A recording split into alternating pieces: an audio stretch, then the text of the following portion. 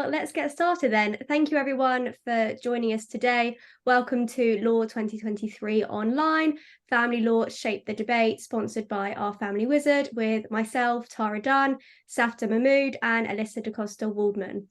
So in this live session, you can put your questions to Alyssa and Safta and interact as the information is being delivered by them. And today's live Q&A is due to last about 1 hour and will cover some of your pre-submitted questions, as well as any live questions that come through in the chat as well.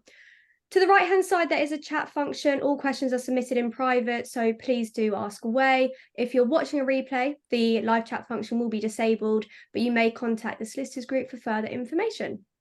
A recording of today's live session will be sent out by email within the next few days, so please do keep an eye out for this. But on that note, for anyone that is joining live, please do keep your cameras and mics muted. Amazing. So let's get to the introductions then.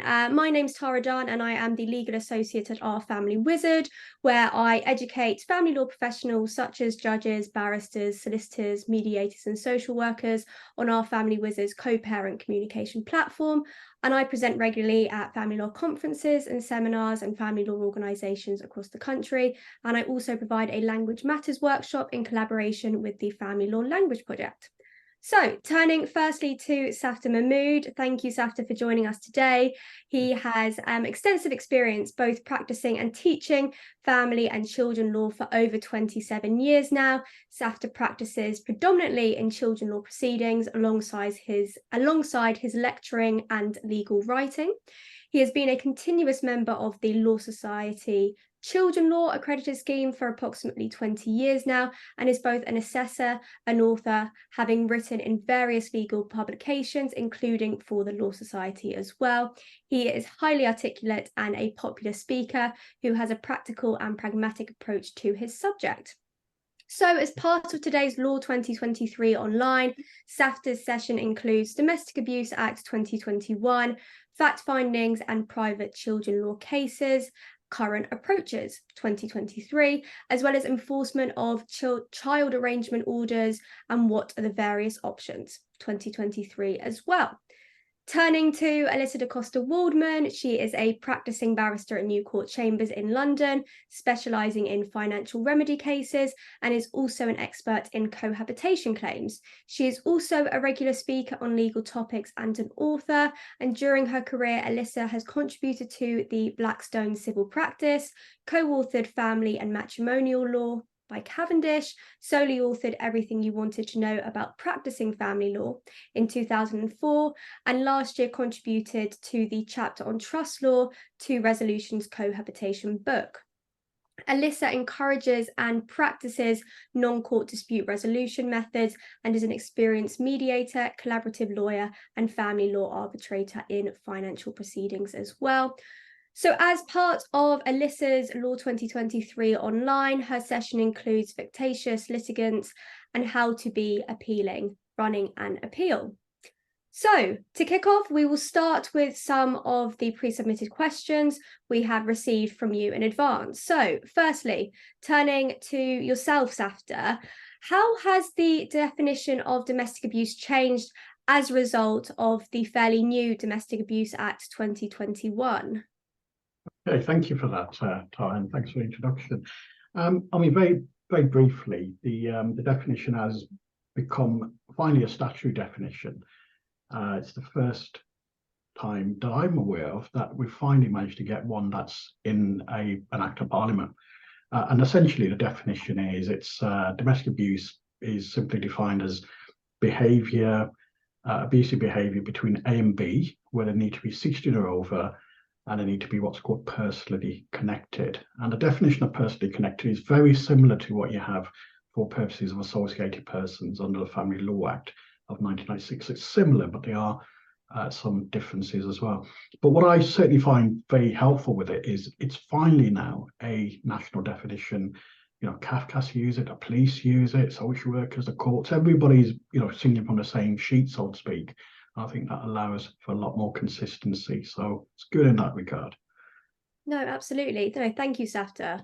And turning to you then, Can I Alyssa. just add to that? Can I just Please, add of to that? course, please do. I think Safra and I have been doing this work for a very long time. And certainly when I started, there was no definition. Domestic abuse, we used to call it domestic violence, as if that's all it ever was. And I think one of the fantastic strides forward with the Domestic Abuse Act is it's abuse. So it covers a whole range of abusive behaviour. And it also is recognised as it's not necessarily a one-off. It can be patterns of behaviour. And that, I think, is absolutely crucial. Absolutely crucial. And I feel like finally it's been brought into the 21st century, and it operates within the reality, sadly, for those, usually women, that suffer from it. I guess in a way it's more protection, would you both say? Oh, yeah. It is, and I think, you know, also what it's done, as Alyssa you're saying, is what it's done. I think it's brought it very much in line, you know, with the 21st century, as you say. Because I know when I used to go for these, you know, non-molestation orders, for example, sometimes I used to think, well, actually, is this emotional abuse? Is it sexual abuse? Is it physical? But now, actually, we are specifically referring to coercive and controlling behaviour, and also a pattern of abuse. And the good thing about the new way, and not just the act, but the new way in which the judiciary want us to run these cases, is we actually do these narrative statements. So if I'm for, say, wife, for example, and she's saying to me the last 4 or 5 years her husband has been subjecting her to this kind of pattern of abuse, you know, restricting her access to monies and goods and services, restricting who she associates with because she's with her family, I can do this narrative statement, which allows me to give the judge a very good account of what that relationship has been like, and that helps in turn to invite for example, findings to be made. So yeah, definitely going the right way, I would suggest. Yeah, no, that's great to hear. No, thank you both. So Alyssa, turning to you then, let's say I'm your client, I've instructed you as my barrister. Can I launch an appeal at the conclusion of a hearing if I don't agree with the outcome? Short answer, yes, but long answer, no. Typical lawyer's answer, right? Typical lawyer's answer.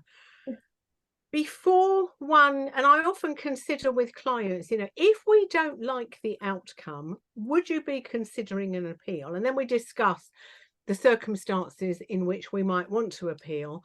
And it's not just because you don't like it. You have to have good grounds. But before you even go anywhere near launching an appeal, before you even ask permission, you need to read or listen to the judgment very carefully, because what case law previously to the family procedure rules would have told us is get clarity.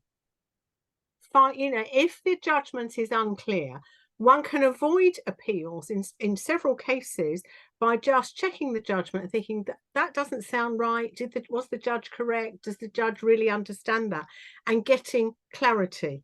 And I'm just reminded, there was a case in 2011, an LJ Mumby decision, which is now enshrined in the family procedure rules at Practice Direction 30A under the heading material omissions from a judgment.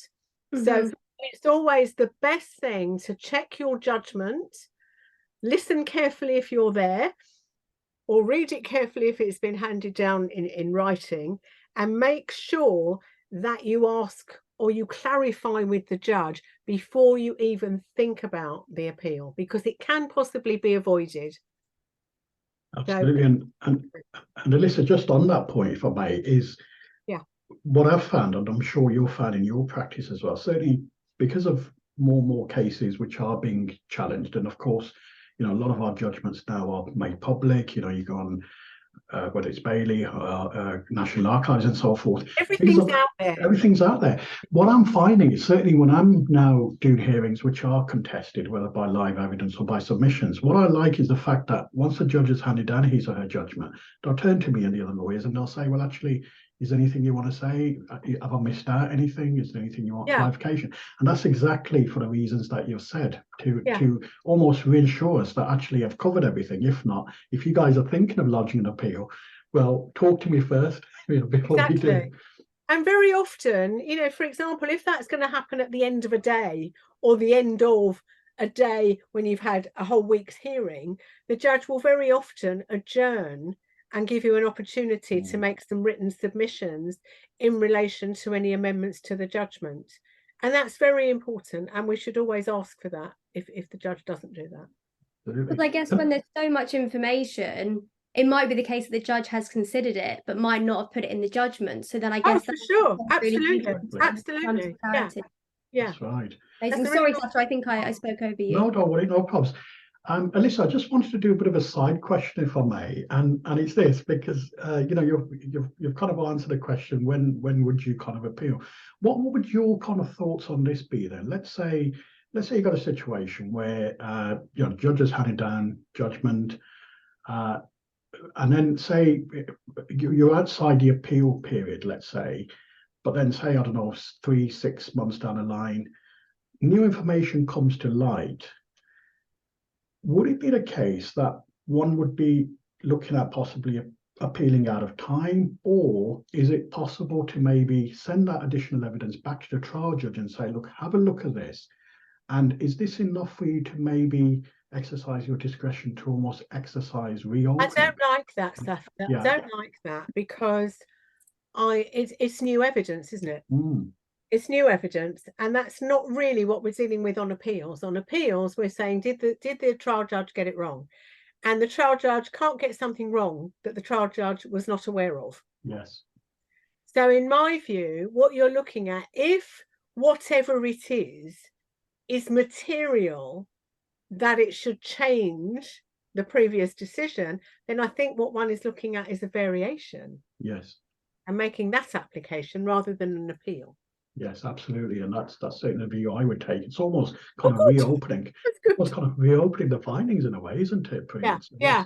And I don't think you can't do that. Yeah. Thank you. Love a good sidetrack. Yeah, that was a bit scary. It's like, oh, no, not at all. Thank you. Thank you. Amazing. Turning back to you then, Safta, with the next pre-submitted question. Does Practice Direction 12J create a presumption against there being any contact pending a situation where the court gives directions for a fact-finding hearing, or where disputed allegations of domestic abuse are otherwise undetermined? Okay, thank you. Well, the simple answer for that one is it does not. That's the simple answer. But let me kind of expand a little bit, if I may, on that. And the main paragraphs you want to look at for Practice Direction 12J, that's paragraphs 25, 26, 27. This is paragraph 25. And what it does provide for is this. And I'm kind of almost paraphrasing, but effectively what it provides for is, if the allegations are not yet determined, or say the matter is listed for finding of fact here and then to determine those, then the court shall not permit for any contact in the interim or child arrangement, spending time with, or otherwise having contact with technically, if it would subject the child and or the carer to an unmanageable risk of harm. Now that's what PD 12J paragraph 25 says. That does not equate to there being a presumption.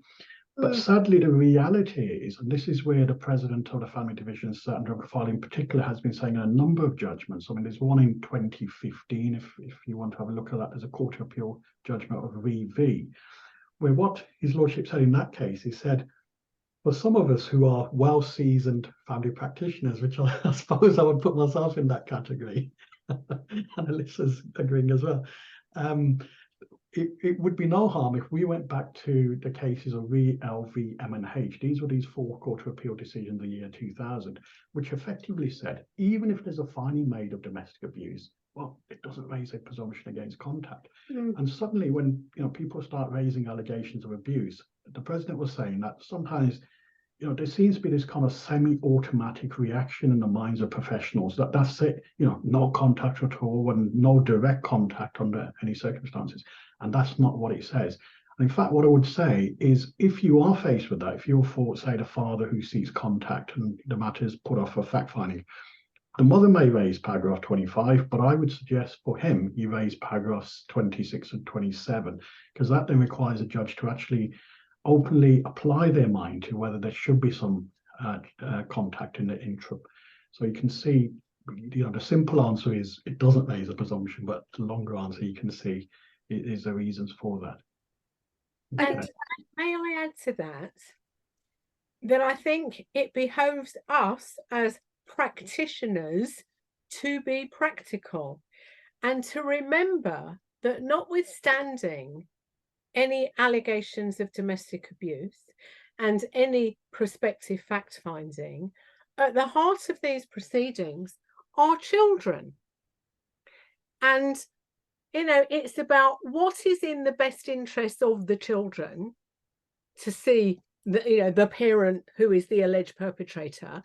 And we should all put our thinking caps on in all of these situations and think, how can we preserve the parent-child relationship going forward in a way that is safe for the children? Because you can end up, you have a fact finding and another hearing and another hearing and delays and all sorts, and you can end up with a situation where the children don't see the parent. And then what if the fact finding is positive towards that alleged perpetrator? You've then lost all of that time and all of that relationship. And there are so many ways, if we're only creative, and this is one of them, not ideal, but you can have parents on the screen with the children, mum can be in the background. There are all sorts of ways of trying to maintain that relationship. And I think that's really important, rather than just saying, oh, allegations of domestic abuse, fact finding, that's it. Yeah. That's not the right approach, in my view. Absolutely. Can I actually ask both, and again, I'm going to do a SAFTA and do a little follow-up question to that, is, in your experience, if there is a negative finding against the alleged perpetrator, so the findings of abuse are made out, or the allegations of abuse are made out, how often is it that there is then no contact whatsoever? Because I guess that's a good kind of thinking point as well, isn't it? Because actually, and you're right. That could be an outcome. Much would depend, and I'm not sure that even anecdotally I've got numbers, but I think in such circumstances, much would depend on the perpetrator, because now findings have been made. Yes, perpetrator's reaction to the findings, because you will have perpetrators that will genuinely be remorseful and want to change and be willing to undergo anger management, positive parenting programs and all sorts. And there will be others who will be just as arrogant going forward as they were before the fact finding and say, well, I don't think I've done anything wrong. And that, I think, is the difficulty for the court going forward. That if you have somebody who is clearly not recognizing there's a problem, then are they safe to be around the children in the normal way? Should there be any contact at all? How should that be managed if they are not recognizing what they've done or in the least bit remorseful? So I think it's not so much a numbers game, it's the reaction of the perpetrator to findings being made against them is key to what the next steps are. SAFTA, is that your experience as well? Absolutely, and that's exactly what happens in practice, and that's exactly what you find the law has made. So just to give you one example of that, there was a case a few years ago. It's a case called Q&Q number 3. It's a 2015 decision, if I remember. It's the one where the previous president heard that one. Very, very sad case. It's one where the father of a 8-year-old, if I recall, he sexually abused his nephew, and he served time in prison. He was assessed, and as Alyssa has said, this man showed no remorse. He didn't accept any responsibility for his criminal actions. And that's where ultimately the president said, he said, look, this is one of those rare cases where even though the court has got a positive duty to look at the feasibility of some contact between the perpetrator and the child, here, given as the reaction, as Alyssa has described, that the perpetrator showed no remorse, the judge decided no contact at all, not even any indirect, not even cards, gifts, FaceTime or anything. So it will happen, but it is quite exceptional, I'd suggest. to say, look, there will be no contact at all. And often what we are looking for, as Elisa has said, is we're looking at their reaction, we're looking at carrying out risk assessments. This is where CAFCA, social workers, other experts will get involved. You're looking at parenting assessments being done and risk assessments. So yeah. Oh, that's really useful. Thank you both. Yeah. So moving back to appeals then, Elisa, how much time do I have to appeal? That depends what you're appealing. So if it's a regular decision, you've got 21 days from the judgment, from the decision. But if it's a case management decision against which you are appealing, then you've got 7 days. And that, it's very short, but you can see why that would make sense. Because obviously, when we're engaged in case management, we're at the stage of getting a case ready for the ultimate determination, whether that's a final hearing or a trial or whatever. And we don't want, justice delayed is almost justice denied. So it makes perfect sense that if one is concerned about a case management decision to the point that you think it's right to appeal, you've only got 7 days to do it. And post any judgment, 21 days. Yeah, if it's anything else, if it's not case management, you've got 21 days. Listen, the one query I've often just kind of scratched my head about, or my hair, if I had some, and I've had this one, the gap between conditional order and final. You got that 6 weeks. With divorce, for the divorce, and I've always thought to myself, okay, well, look, that 6 weeks enables anybody to maybe appeal against, the NISI or the conditional order that may have been handed down. For example, if the respondent wasn't served, but somebody got, an order for deemed service or dispensation, it allows them to. But and that's where I've wondered. Now that things have moved on, and as we say, in most cases, you got 21 days, whether that period should be truncated, maybe, whether they should knock that down to. Well, I don't know, and certainly given divorce, and that's the actual application that you're referring to, I'm not sure we should truncate the time, because in the run up to the conditional order, they've got plenty of time to get things right. They've got about 6 months, haven't they, before they even get their conditional order. And I mean, one thing, so I don't know, and if there is a problem, I'm not I think what you would be doing is, and people are often very lax, aren't they, about applying for the final order anyway. Exactly. So I'm not sure that, it matters particularly. But I have been concerned of late that I don't think when they brought this new no-fault divorce in and all the time limits, they gave it sufficient thought. I'm probably, oh my gosh, it's treason what I'm saying. I'm with you on that. I agree. Are you? Because you can't, I think it's too long in many respects, because you can't get approval of a financial order without your conditional order, what we used to call a decree nisi. And very often, by the time people have decided they want to be divorced, they don't want to have to wait 6 months. And that can be a very long time, economically speaking. Yes. And if they're in, a position where they can resolve their finances, the only thing they could do is heads of agreement until they get their conditional order, and they're stuck, aren't they? Absolutely. That's one of the massive difficulties, with that 20-week period for that reason. Heads of agreement. I mean, I know some lawyers, what they've done is they've even gone as far as encouraging the clients to even draw up and agree to a separation agreement during that period of time, and then to. Oh, I don't like that. Exactly. I've never liked separation agreements. No. And the other one is, because the other thing, of course, is if they are, the husband and wife are really practical and they want to just get on with it. Let's say they do agree to financial consent order very early on, let's say into week 2, for example. If they put in there something like, we're asking the judge now to endorse sale of the property in the next 28 days. Well, as you say, the judge can't do anything because they can't make that order until can't make an order. Conditional order stage. So the most you can do is stick it in as a recital. But what if one of them then changes their mind 20 weeks later? I know. Yeah. It's got its issues, definitely. It is possible to exceptionally apply to knock that 20-week period down, but you're only going to get it where, say, the But it's party exceptional. it's exceptional. You know, somebody, say, terminally ill, for example, Yeah. something like that, and they need to. Yeah. So yeah, so real issue. I'm glad we're both on the same. We usually are. We usually are, Safta. Fantastic.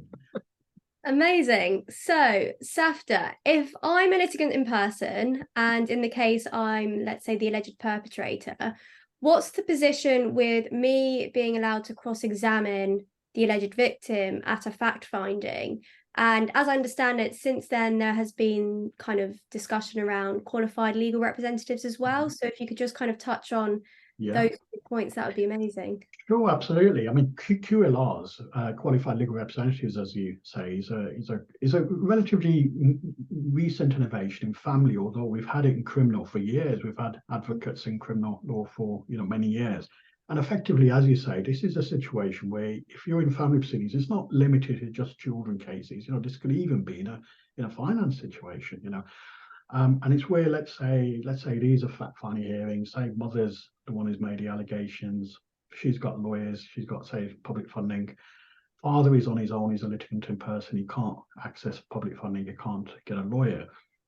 What's happened since 21st of July last year for cases issued from that date is that for cases issued from that date, Section 65 of the Domestic Abuse Act of 2021 effectively has provided for the fact that only exceptionally will the court be in a position to let the father cross-examine the mother personally. In most cases, he won't be able to if, for example, there's evidence of abuse, there's an injunction, there's a conviction of caution, or it's going to cause a significant distress, or it's going to affect the quality of evidence. So you can take it as read that he's not going to be able to cross-examine really in those circumstances. But rather than the court doing it, which is what the judge used to do, which, as you can see, you know, has issues in itself, we should be relying upon the QLR, the qualified legal rep. So effectively, lawyers have been allowed to sign up since 21st of July last year to become a qualified legal representative. They will get the phone call from the court to say, look, we've got one of these hearings coming up. Are you interested? There's the bundle. Meet father at court, take instructions, and cross-examine. You're not technically acting for him, so it's almost a bit of an unbundling service. You're not going on the court record. You're getting paid from the court. The MOJ is paying you. And sadly, that's the kind of the bitter point about this, because the rates are not what lawyers were hoping for. You can understand from the MOJ why they are unable to pay more than what they are. But certainly what I think the president has said as recently as in his most recent views from the president's chambers, he's disappointed that not as many lawyers have signed up to this. But then it's a lot of work for what it is. And, you know, you're taking on quite a responsibility. So what if you turn up at court and the father has, say, 50 questions that he wants you to put to mother? You've got free rein as to how you ask her and what you ask her. So if you only ask 5 and say findings are made against him, are you ending up with a complaint? And then you've got to deal with all of that. So even though in theory it's good, I think on the ground, sadly, it's not worked out as well. Going forward, I think there perhaps has to be a rethink about how we do this. You know, do we look at the fees? Do we maybe have a bit of a quasi, maybe hybrid, maybe? You know, do we even think about, I don't know, not the judge asking the questions, maybe a legal advisor, perhaps? You know, there's other ways to do this. I think I read somewhere about maybe they'd start paying travel for QLRs. I don't know if I've just completely made that up, but I think that's quite an issue with the fees as well, isn't it? When you're not getting paid as much as you hope and also having to pay. Absolutely, because I know some QLRs, for example, they are, because there's not many of them, some are traveling some distances. I know some lawyers who are traveling easily a couple of 100,000 miles, for example, and you know, that's where, you know, if the hearing's remote, fantastic, but if not, you've obviously got the, you know, the additional travel cost there as well. Yeah, no, absolutely. It's a shame. It's fantastic initiative. It's needed. We desperately need it, but I just think there needs to be a kind of rethink, I would suggest, of how it's funded.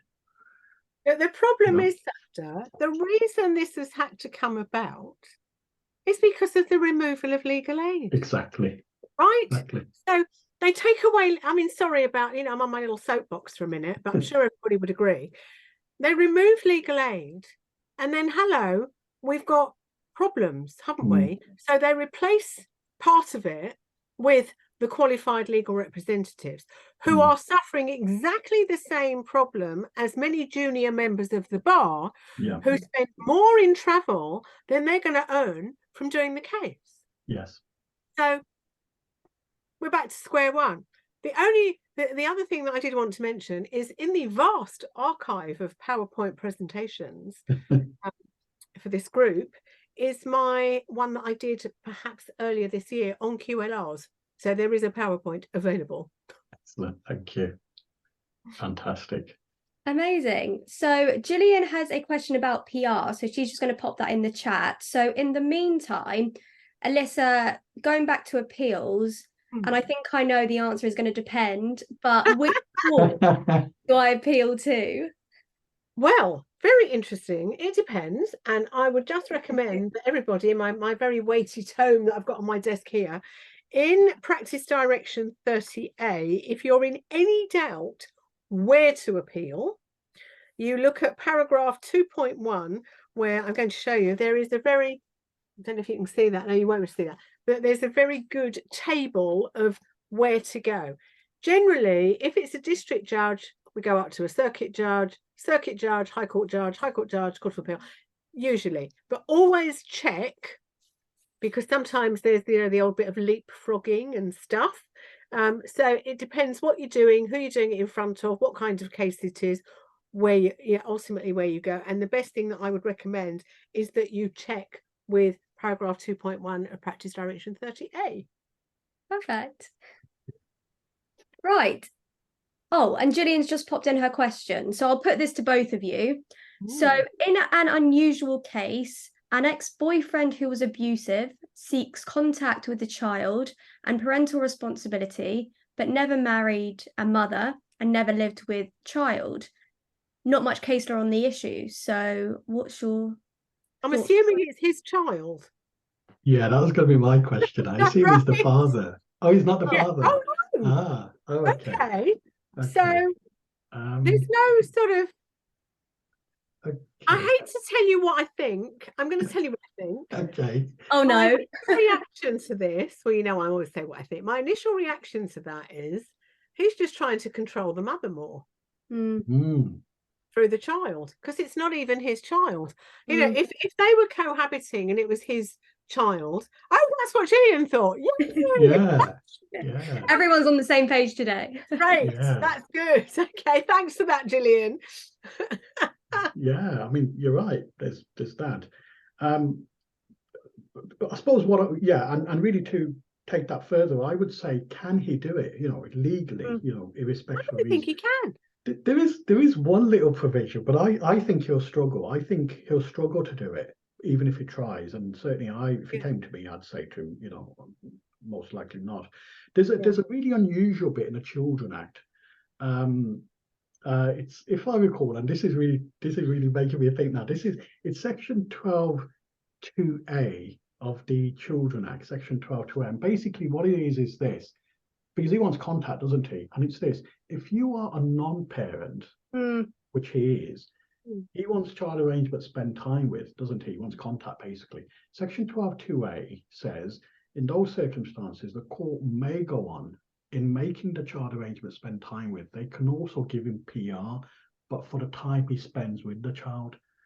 Now, obviously, that's only going to be on the facts of the case. And Gillian, if you want to read a case on it, as long as you know your alphabet, which I'm sure you do, you'll be able to remember this case really easily. It's called A, B, and C. Yeah, so you won't forget that one. A, B, and C. Case in 2015, if I remember. It's Mr. Justice Keane. If you just Google it, you'll find it straight away, or we could send it to you afterwards.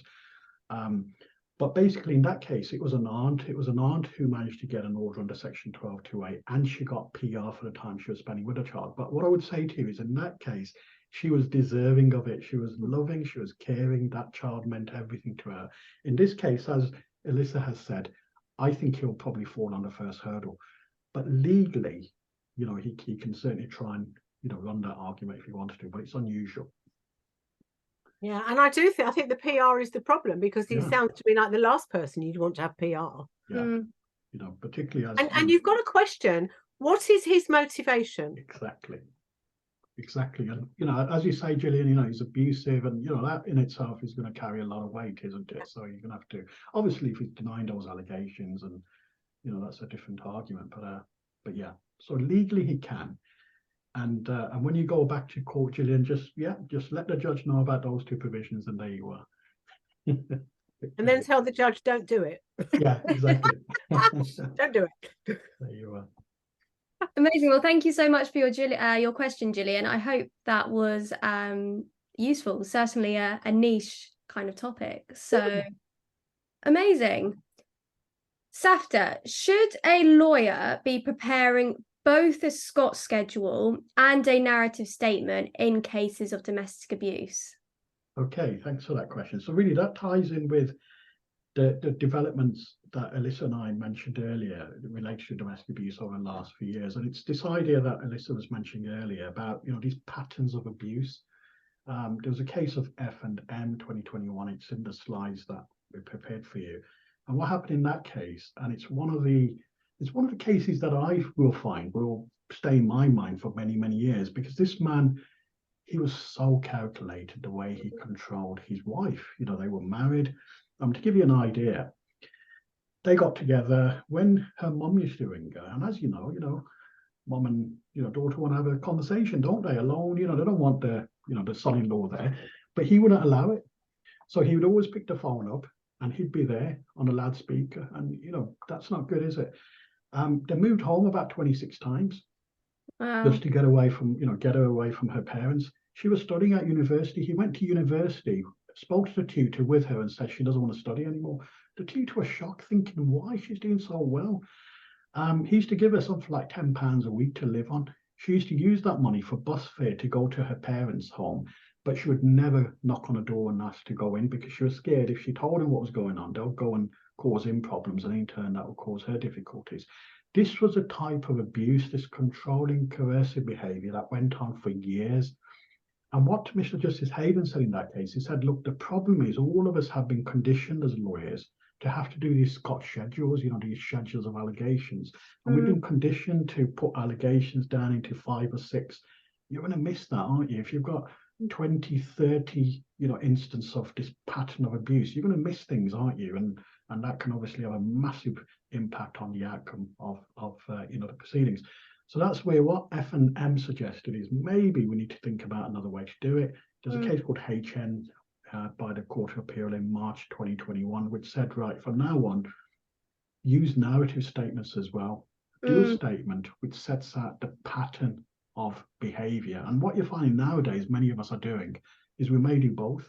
We may do a Scott schedule which relates to specific incidents, such as, the 22nd of November 2023, the respondent attacked the mother by hitting her, or whatever it may be. And then secondly, if there's a pattern of abuse, you're doing a narrative statement as well. And you're effectively then having to pull together both of them. So that's the practice in many areas you're finding. Although I've just seen Gillian's message where you're saying in your area, despite the case law, you've had a judge who insists on 17 allegations being proved. Well, that's where it does vary, doesn't it? By way of Scott schedules. That's insane. Because if you've got that, how long, how many days, and at what cost is your hearing going to be? Absolutely. And I do think, when you go back to lots of views from the President's Chamber and the case law and all of that, this practice is now deprecated, isn't it? And I think, we are looking for patterns rather than, he did, this is what he did. Oh, no, he didn't. Oh, yes, he did. All of that. It's yeah, exactly. And she's saying clients can't afford to appeal. She's right. Absolutely. Yeah. And I don't know. I've thought about this a lot in recent times, and I don't know. I can't think of a better way or a more effective way, because lots of people who can ill afford these proceedings and cannot get legal aid are having to do this. Yeah. And in many ways, I don't know if you agree with this, Safta, I actually think putting certainly the alleged victims through these proceedings is often as abusive as the pattern of conduct itself, because what you are doing by going through it all, you're going to trigger these poor women. Exactly. Usually, you know, they're going to be triggered all the time. And what's that doing to their mental health? Yeah, no, you're absolutely right. You know, you're almost reliving it, aren't they? And yeah, and that's I mean, there was that decision by I think it was Mr. Hayden again, the PS and BP decision, where in that case, that's exactly what he said. He said, look, by allowing the alleged perpetrator to cross-examine personally, you're effectively being allowed, before my very eyes as a judge, to be allowed to continue to abuse the victim. And, you know, there's got to be a better way to do it. It's got to be. So you're absolutely spot on that. Gillian, you know, you've said, but often clients can't afford the appeal. What we do know, of course, from today now is we'll know the appeal routes now, don't we? And we know the timescales you've got to appeal. but yes, but on a serious note, you're right. It's the cost element, isn't it? That's right. I guess staying on the topic of appeals then, and Alyssa, I'll direct this to you, is if I want to appeal and I want it to be on the grounds of some other compelling reason, what constitutes that?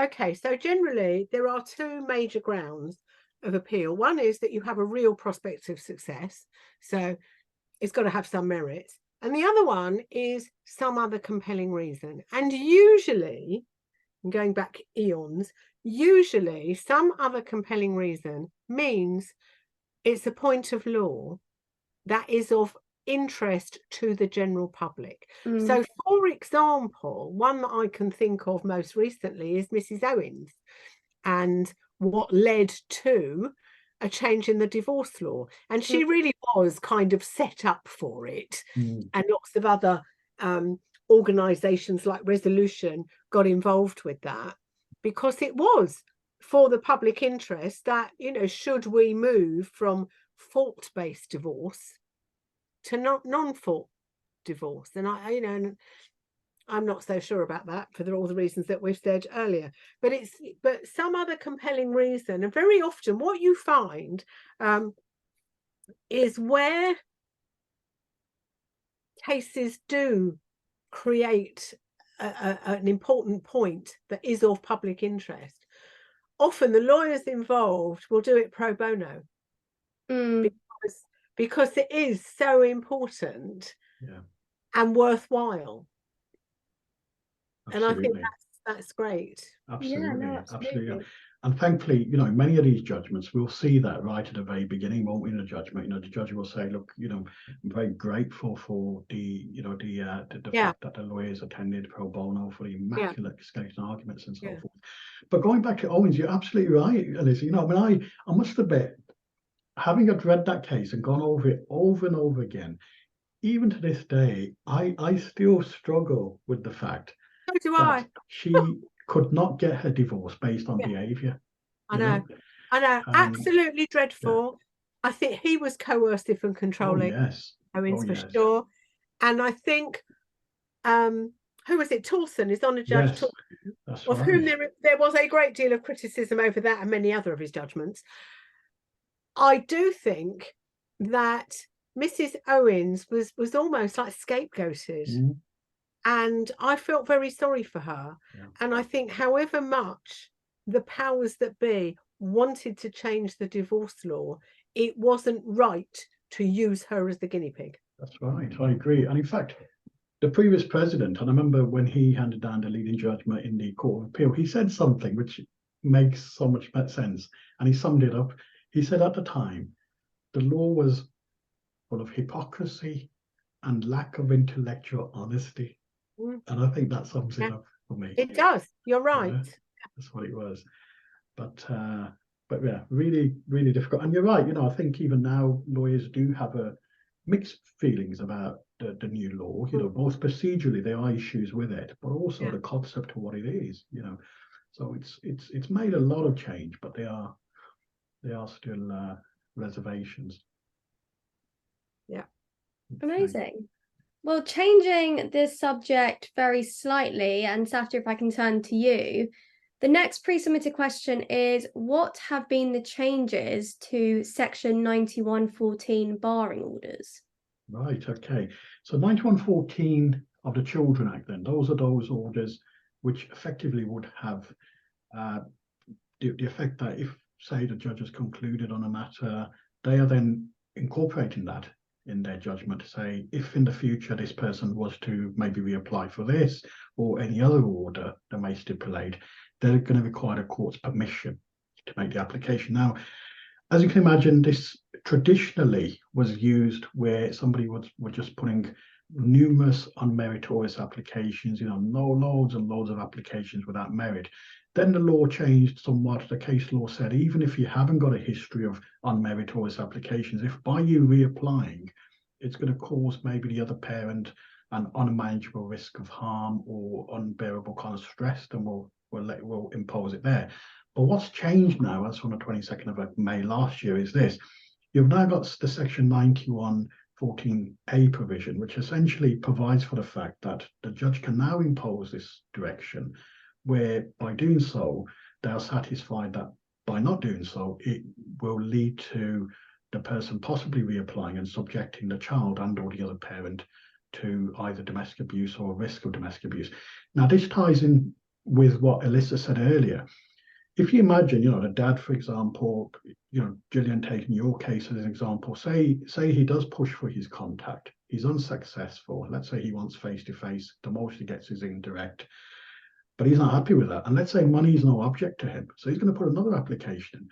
Now, this is potentially his way of controlling and coercing mother again. He's thinking, right, I'm going to drag her back into the proceedings by reapplying. Then that's where the new 9114 provisions will allow the judge, if the judge is so satisfied, to say, right, I'm going to impose this provision.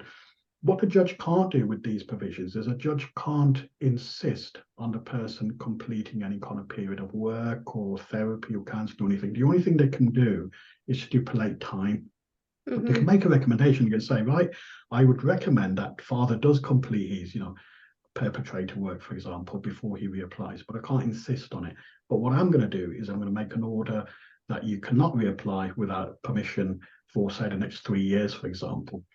That case of F and M that I mentioned, the one where the man subjected his wife to horrendous forms of dispassionate behavior for years and years, that came back earlier this year, that case. So he's reported. And what the judge has done there, the judge has made one of these provisions. Their youngest is 5 or was 5 years of age. He'd never even met that child. The judge has made the order until the child is 16. So basically, has made an order, until 18, sorry. So in fact, the judge has made that order, for the best part of 13 years. That's a very, substantial period of time, but it was necessary, on the facts. That's that length of time is very unusual. It is very unusual. And I would say that most cases where you've got a 9114, it's sort of 2 to 3 years, usually. Yeah. And F&M is particularly exceptional, but there are exceptional reasons for doing that. So, yeah, you can see it. And it's good in a way because it shows you that there is no time limit and it's all about judicial discretion and the severity of what's gone on. Yeah, exactly. That's right. So, the judges, the other thing I would say about 9114, just on a practical point, is this. If you're seeking for one of those to be attached, I would suggest you put in the order a number of things. One, if they were to reapply, rather than just say if they were to reapply for, child arrangements, think about other applications. I've had it where the person has reapplied. They haven't applied for contact, they've applied for live with, so they've kind of tried to get clever and done it that way. So you might want to do a list, not an exhaustive list, but say these are all the things they need permission for. Or you could say, any Section 8 application, and then you've got it all covered, haven't you? That's right. Because I don't think, and you'll correct me if I'm wrong, because you're cleverer than I am, I don't think you can do it for money claims like Schedule 1. I don't think it's just the Section 8 stuff. That's right, his children, yeah. Yeah, exactly. Yeah. So I think you could certainly make sure that in your order it covers all Section 8 bases. Exactly. For money claims, as I understand it, and I've never had it, but there is that thing called a civil restraint order. Oh yeah, Part 4. yeah. But Yeah. I've never. I mean, have you ever had one of those? I've never. Yeah. It's funny because that was my presentation, wasn't it? Vexatious litigants. Yes. I have never had a case with a civil restraint order in it, but I have had lots of 9114s. Yeah, there we are. So, So they're more common, as far aren't as they? money claims are concerned, I think money's a lot easier because money's sort of, everybody wants that done and dusted because it's money, right? It's money, Yeah. it's different. But when it's children, they can like keep poking. That's right. Whatever They it is. can. So, That's so right. I think, yes, you are much more like, although I've covered it, because there are, I mean, potentially with Talata stuff, you can have a lot of satellite litigation with that. So you might, it's possible that more in a Talata case, which of course is civil, you would come across a vexatious litigants order, something like that. But certainly as far as we're concerned with children, it's much more likely to be a 9114. Absolutely. And the other kind of practical thing with the 9114 is I've had it where the person's got a 9114 attached, but they've tried to be clever in that they've reissued in a different court, hoping that the two won't marry up. So you want to make sure the order says, right, if they were to reapply, it's got to be before this particular judge, and in no his or her Section 8 absence, order in any court. Absolutely. Wherever. Yeah, absolutely. Absolutely. And the other practical thing you might want to do is this. Let's say you are for mum, and the fact that, say, dad may reapply, he's already causing the damage, isn't he? Because he's reapplying, he's doing a C2 or F2 whichever form he's filling in, he's doing that. So what you might want to do sometimes is put in the order that if he was to reapply, I mean, we're assuming it's the bloke here, obviously it could be the lady who's the one who's subject to this, but if he or she was to reapply, the application would be heard by a judge at first. Yes, that's right, to determine whether they're going to give permission. Exactly. And then only, to notify, the mother, for example. So you've got your filter. Exactly. You've got your filter. Gillian's just said, but you can, in terms of money, you can apply under the usual liberty to apply as to implementation. But what I would say to that, Gillian, is it very much depends on how the order has been executed thus far and what the application is to implement, because very often people will use that for something completely inappropriate, but it's not about implementation of the order, it's something completely different. So I'd want to know a bit more about that. Interpretation of the provisions. Oh, really? Sounds to me, I hope it's not the same chap who's coercive and controlling that we were talking about before, because it seems, I know he wasn't married, but it seems to me that arguments on interpretation of the provisions are really things that should have been determined before the order was actually drafted and approved. And this is why we have definition clauses in our orders. And for me, that's really a drafting issue, that, if you need to interpret something and you're arguing about it, this is something that should have happened much, much earlier. It's not so much about implementation as you say, interpretation. Absolutely. Amazing. Well, I think on that note, we've hit the time. So thank you both Alyssa and Safta for joining us today. Unfortunately, that's all we have time for. Thank you all for whether you've attended in person or in person on Zoom, or watching the recording. Thank you for attending Law 2023 online, the Family Law Shape the Debate, hosted by our family wizard. Thank you, of course, again to our expert speakers, Safta and Alyssa. And don't forget to join the Solicitors Group Law 2023 online community on LinkedIn to continue this debate after live session and to be included in exclusive offers for future events. As I mentioned at the beginning, a recording of today's live Q&A will be sent out via email within the next few days, and there's still time to watch the pre-recorded content. The expiry date will be displayed next to the webinar, and there's still time to buy the complete event, including a recording of this live session if you haven't already. And to book, you can just go to the website, which is the www.thesolicitorsgroup.co.uk, where you'll also find the online exhibition as well. So this exhibition is open to anyone to visit, and if you have booked the entire event, you can claim your free 1-hour CPD webinar from the webinar learning catalogue, and that's worth £35 plus VAT. And you can also visit our exhibitor profile for more information on our Family Wizard. Finally, feedback forms for the event will be sent out when the event closes, and by completing that, you'll receive your CPD certificate. So thank you again, everyone. Thank you to our speakers, and enjoy the rest of your day.